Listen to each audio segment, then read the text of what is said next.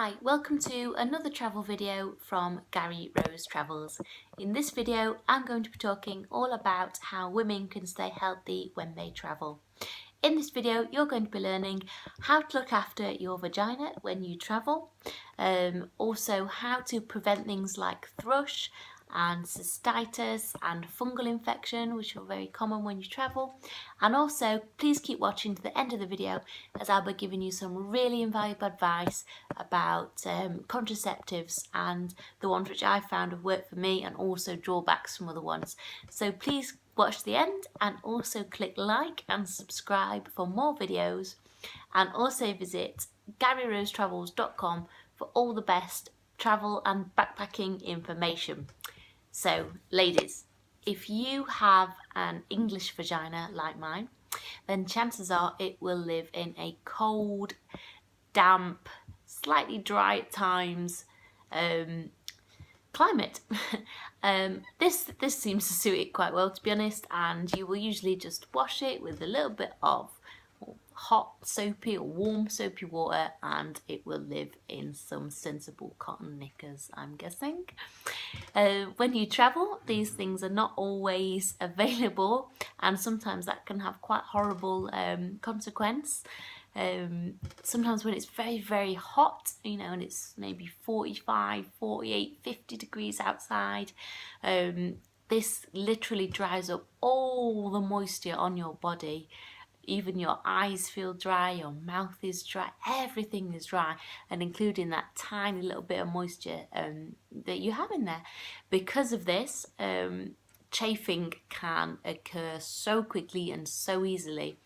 And also because all the moisture is sucked out, that just leaves the salt behind, basically. So you end up with salt inside and it's dry, and it is horrible.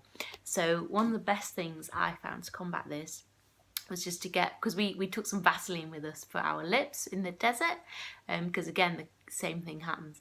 So the best thing I found was to put on a little bit of Vaseline just like this, just inside, because if not the skin will crack and then it becomes sore and it's really horrible. So yeah, a little bit of Vaseline is absolutely brilliant of way of combating this. I found it doesn't really matter what kind of underwear you wear. Obviously try wearing loose fitting. I bought some big hippie style trousers and I wear them, but still it doesn't really make much difference. Obviously don't wear leggings.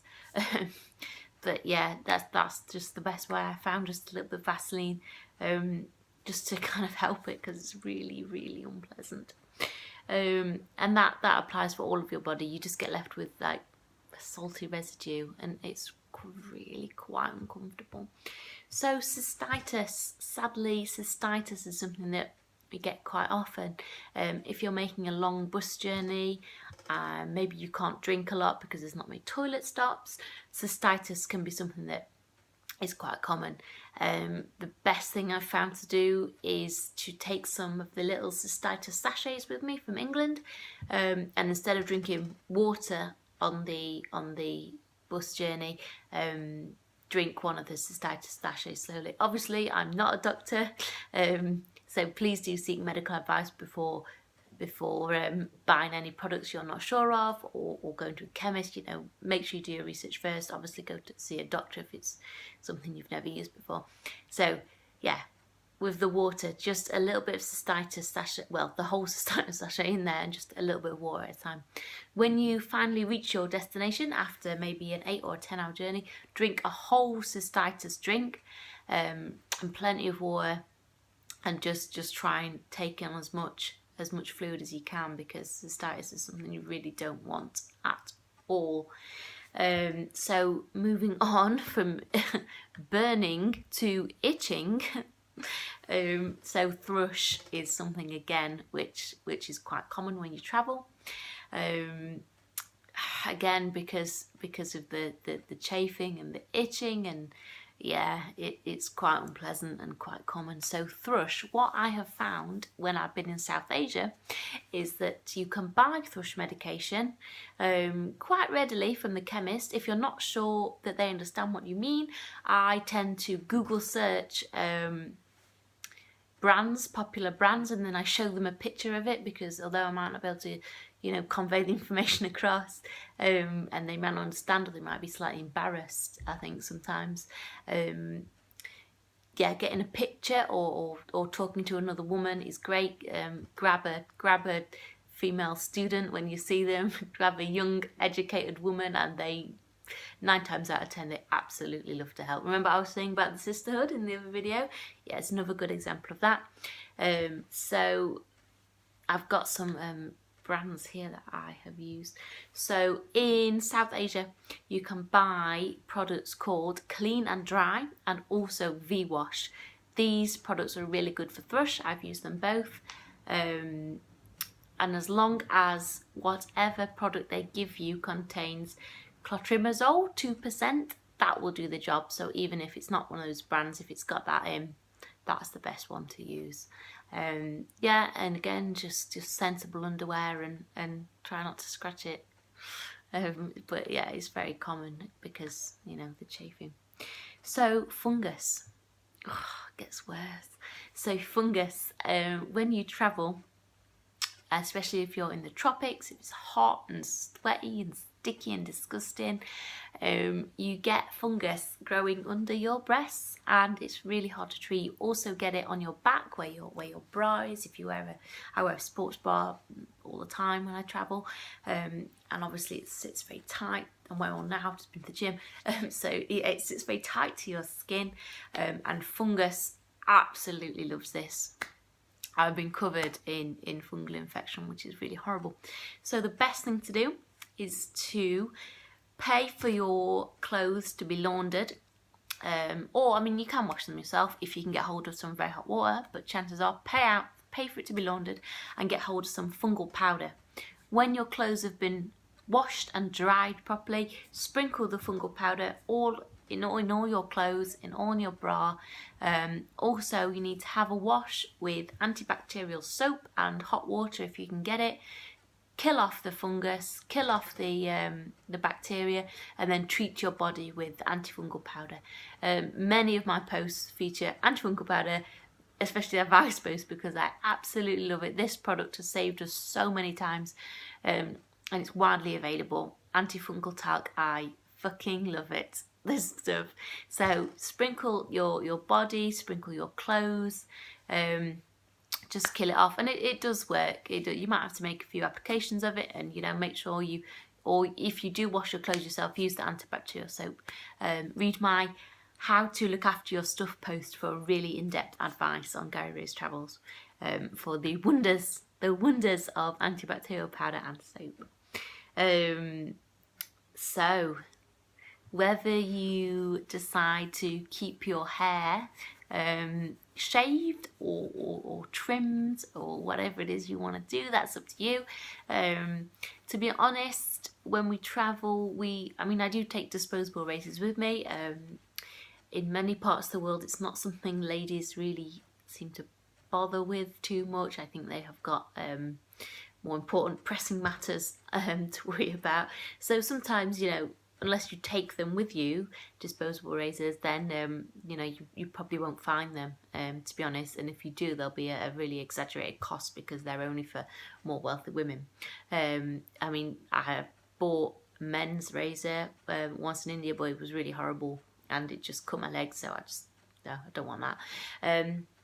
You can buy hair removal cream in South Asia, but again, it's really expensive because it's a very, very luxury item. And also the bottle's about this big. It's really small. It's good. It's a good brand. I think it is Veet. I'm not sure. But yeah, it's good. The product is good, but it's really, really small. And it's like £4 for a tiny thing. And there's no applicator, and it's quite messy. So I would, if I wanted it, take it with me, or leave it. I mean, you can leave it.